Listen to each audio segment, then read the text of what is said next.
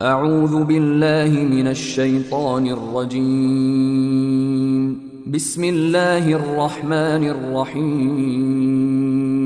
علیہ الصلوۃ والسلام بڑے اعتدال کے ساتھ چلتے تھے، اور حضور علیہ الصلوۃ والسلام فرمایا ان کے متعلق آتا ہے چلتے تھے، اور حضور علیہ الصلوۃ والسلام فرمایا ان کے متعلق آتا ہے کہ وہ ایسے چلتے تھے جیسے اونچی جگہ سے نیچے کی طرف جب کوئی بندہ اتر رہا ہو نا، تو اس کی جو کیفیت ہوتی ہے تو اس میں دو کیفیتیں غالب اور نمایاں ہوتی ہیں۔ پہلی کیفیت جب آپ اوپر اونچی جگہ سے نیچے کی طرف اتریں گے، بلکہ تین کیفیتیں وہ نمایاں ہوتی ہیں۔ پہلی، بندہ قدموں کو صحیح جما کے رکھتا ہے، کچا قدم نہیں رکھتا کہ کہیں پھسل نہ جاؤں گر نہ جاؤں، مضبوط قدموں کے ساتھ چلتا ہے۔ تو فرمایا حضور مضبوط قدموں کے ساتھ چلا کرتے تھے، نہ بہت زور سے رکھتے تھے نہ بہت آرام سے بیماروں کی طرح، بس مضبوط رکھتے تھے۔ نمبر دو، اوپر سے نیچے کی طرف جب بندہ اترتا ہے تو وہ تیز قدموں سے اترتا ہے۔ تو حضور علیہ الصلوۃ والسلام عام بندے کی رفتار کی بنسبت حضور کی رفتار تھوڑی سی تیز ہوتی تھی۔ اور آپ کسی ڈاکٹر سے کسی حکیم سے جا کر پوچھیے گا کہ جب بندہ واک کر رہا ہوتا ہے، چل رہا ہوتا ہے، سست اور آہستہ چلنا زیادہ مفید اور مؤثر ہے صحت کے لیے، یا تیز قدموں کے ساتھ چلنا زیادہ مفید اور مؤثر ہے؟ ہمیں سنت کا ثواب ہوگا ہی ہوگا، روحانی فائدہ ہے، جسمانی بھی فائدہ ہے ساتھ ساتھ۔ تو تیز قدموں کے ساتھ آپ چلا کرتے تھے، اور نظریں جھکا کر چلا کرتے تھے، اور تھوڑا سا پست ہو کر جب اوپر سے نیچے کی طرف بندہ آتا ہے نا تو اس کی نظریں کہاں ہوتی ہیں؟ سامنے دور نہیں ہوتی، دائیں بائیں نہیں ہوتی، کہیں گر نہ جاؤں اس لیے نظر اس کی نیچے ہوتی ہے۔ اور چوتھی چیز جو اس میں نمایاں ہے وہ ہے تھوڑا سا جھکاؤ ہوتا ہے، تھوڑا سا جھکاؤ ہوتا ہے اوپر سے جب نیچے کی طرف آتا ہے۔ تو فرمایا ہمیں بھی چاہیے کہ ہم جب راستے پر چلیں تو مضبوط قدموں کے ساتھ رکھ کر چلیں، نظریں جھکا کر چلیں، اور عاجزی پیدا کر کے چلیں، عاجزی پیدا کر کے جائیں، اور تھوڑا سا رفتار کے اندر تیزی رکھیں۔ یہ چار سنتیں ہو گئیں۔ پانچویں سنت کیا ہے؟ حضور علیہ الصلوۃ والسلام جب راستے پر چلتے تھے، حدیث شریف میں آتا ہے تکلیف دہ چیز جب پڑی ہوئی نظر آئے تو اس کو اٹھا کر سائڈ پر رکھ دیا کرتے تھے۔ ایک موقع پر حضور علیہ الصلوۃ والسلام نے ایک صحابی سے کہا کہ انسان کے جسم کے اندر نا بہت سارے سینکڑوں اعضاء ہیں، سینکڑوں جوڑ ہیں، اور اسے چاہیے کہ جب وہ صبح کرے نا تو اپنے ہر جوڑ کی طرف سے صدقہ کیا کرے۔ جب اس کو صحیح سلامت پائے، ہاتھ صحیح سلامت، ٹانگیں صحیح سلامت، بازو صحیح سلامت، سر تا پاؤں بالکل صحیح سلامت ہے، اسے چاہیے کہ ہر جوڑ کی طرف سے صدقہ کرے۔ صحابی رسول کہنے لگے یا رسول اللہ صلی اللہ علیہ وسلم، اتنی حیثیت اور اتنا مال تو ہر کسی کے پاس نہیں ہے کہ وہ اپنے ہر جوڑ کی طرف سے صدقہ کرے۔ تو حضور علیہ الصلوۃ والسلام نے فرمایا صرف مال خرچ کرنا ہی صدقہ نہیں ہے، کسی مسلمان سے مسکرا کر بات کر لینا بھی صدقہ ہے، کسی مسلمان کو دیکھ کر اسے سلام کرنا بھی صدقہ ہے، راستے پر چلتے ہوئے تکلیف دہ چیز نظر آئی اس نے اٹھا کر سائڈ پر کر دی، کہا یہ بھی صدقہ ہے۔ تو حضور علیہ الصلوۃ والسلام بھی ایسے ہی کیا کرتے تھے۔ ہم بجائے اٹھا کر سائڈ پر کریں، ہم الٹا تکلیف پہنچاتے ہیں لوگوں کو۔ راستوں پر چل کر دیکھیں نا کتنی گندگی، کتنا کچرا پڑا ہوا ہے۔ ہاں گاڑی جا رہی ہے، کیلے کھا لیے، ہاں فروٹ کھا لیا اور دیگر کھانے والی چیزیں کھا لی، وہیں سے کھڑکی سے ایسے اس کو باہر پھینک دیتے ہیں۔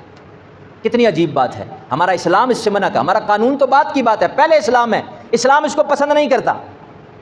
اور پانچویں سنت، راستے پر چلتے ہوئے حضور علیہ الصلوۃ والسلام کچھ کھایا پیا نہیں کرتے تھے کہ چل بھی رہے ہیں اور کھا بھی رہے ہیں۔ جب کچھ کھانے پینے کا وقت ہوتا تو بیٹھ جایا کرتے تھے، بیٹھ کے کھانا کھاتے تھے۔ میں اس دن بھی درس میں عرض کر رہا تھا کہ ہم لوگ روشن خیالی کے اتنے پیچھے پڑے ہوئے ہیں، زمانے کے معاشرے کے جو جدید تقاضے ہیں ان کے اس قدر غلام بن چکے ہیں کہ اس کو پانے کے لیے، پورا کرنے کے لیے اسلام کی حدیں بھی کراس کر جاتے ہیں۔ زمانے کے ساتھ چلنا ہے، اسلام چاہے کچھ بھی کہے ہمیں کوئی اس سے پرواہ نہیں ہے، بس زمانہ ہمیں اچھا کہے، زمانے کے ساتھ ساتھ چلنا ہے۔ یہ سوچ غلط ہے۔ ہم آپ کو یہ نہیں کہتے کہ زمین پر ہی بیٹھ کر کھاؤ، اگر عذر ہے کرسی پر بھی بیٹھ کر کھا سکتے ہو، بیٹھ کے کھانا اصل ہے، چاہے وہ کرسی پر بیٹھ کے کھاؤ چاہے زمین پر کھاؤ، بہتر یہ ہے زمین پر کھا لو۔ زمین پر بیٹھ کر نہیں کھا سکتے تو چلو کرسی پر بیٹھ کر کھاؤ، لیکن بیٹھ کر کھاؤ۔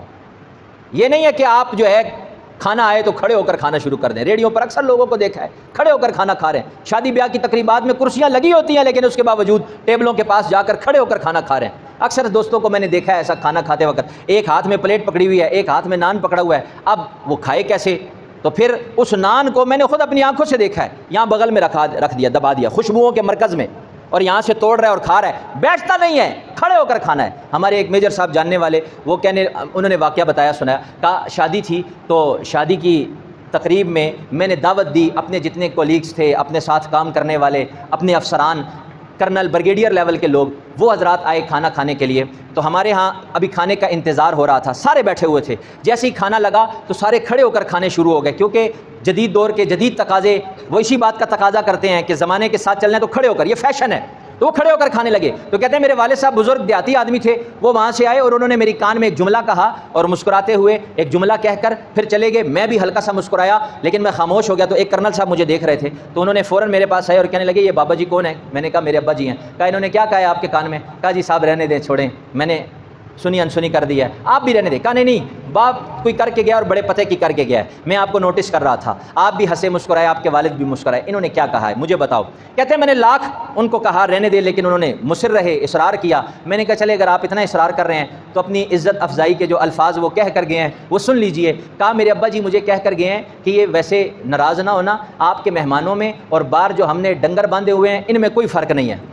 اچھا ایسا کیا کر گئے؟ کہا جی ہاں یہ کیا کر گئے ہیں۔ کہا یہ کیوں کہا ہے؟ کہا یہ اس لیے کہا کہ انہوں نے کہا ہمارے ڈنگر بھی سارے دن بیٹھے رہتے ہیں اور جب ہم ان کے سامنے چارہ رکھتے ہیں نا تو وہ پھر کھڑے ہو جاتے ہیں اور اپنے جسم کو ہلا کر دم ہلا کر پھر کھانا کھانے لگ جاتے ہیں۔ کہا تیرے مہمان بھی سارا دن بیٹھے رہے اور جب کھانا سامنے آ گیا تو پھر کھڑے ہو کر کھانے لگ گئے۔ کہا ان میں اور ڈنگروں میں کوئی فرق نہیں ہے۔ تو اس لیے شریعت کے مطابق یہ شریعت کا مزاج نہیں ہے، شریعت کیا کہہ رہی ہے؟ بیٹھ کر۔ تو آپ علیہ الصلوۃ والسلام نے کھڑے ہو کر یا راستے میں چلتے ہوئے کبھی نہیں ملتا کہ آپ علیہ الصلوۃ والسلام نے کھایا ہو، بلکہ ایک روایت میں تو یوں بھی آتا ہے کہ اگر راستے میں چلتا ہوا کسی کو کھانا کھاتے دیکھ لو نا تو اس کی شہادت، اس کی گواہی کبھی قبول نہ کرنا، وہ مردود شہادت ہو جاتا ہے، یعنی اخلاقیات کے درجے سے اتنا نیچے گر جاتا ہے کہ اس کی گواہی بھی قبول نہ کرو۔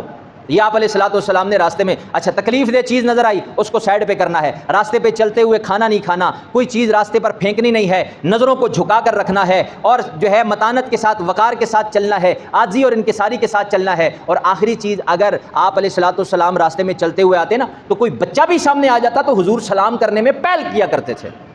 چھٹا اور آخری ادب اور سنت راستے میں چلنے کی کہ آپ صلی اللہ علیہ وسلم سلام میں پہل کیا کرتے تھے۔ ہمارے سامنے کوئی جان پہچان والا آ جائے پھر تو سلام کرتے ہیں، اور جان پہچان والا نہ آئے سلام نہیں کرتے۔ جان پہچان والا ہو اور اس کے ساتھ لگتی نہیں ہے تو پھر تو راستہ ہی بدل دیتے ہیں، سلام کرنا تو دور کی بات راستہ ہی بدل دیتے ہیں۔ ایسا ہرگز نہ کریں۔ حضور نے فرمایا جو بندہ یہ چاہتا ہے کہ تکبر کی رائی دانے کے برابر بھی اس کے اندر کوئی عنصر نہ ہو، تکبر اس کے اندر سے کریت کے نکال دیا جائے، تو وہ پہلا کام یہ کرے کہ وہ سلام میں پہل کرے۔ جو بندہ سلام میں پہل کرتا ہے وہ کبھی متکبر ہو ہی نہیں سکتا، تکبر اس کے اندر آ ہی نہیں سکتا۔ اور حضور علیہ الصلوۃ والسلام راستے میں دائیں طرف چلا کرتے تھے، اس لیے ہمیں بھی چاہیے کہ ہم بھی دائیں طرف چلیں۔ اب یہ 7 سنتیں ہیں، 7 کام ہیں، ہر بندہ راستے میں چلتا ہے، اگر ہم راستے پہ چلتے ہوئے ان 7 چیزوں کا اہتمام کریں، سنت کی نیت کر کے چلیں، تو حدیث میں سناتا ہوں آپ کو، پھر بات ختم کرتا ہوں۔ حضور علیہ الصلوۃ والسلام نے فرمایا ایک وقت ایسا آئے گا کہ میری سنت پر عمل کرنے پر 100 شہیدوں کا ثواب ملے گا۔ من تمسک بسنتی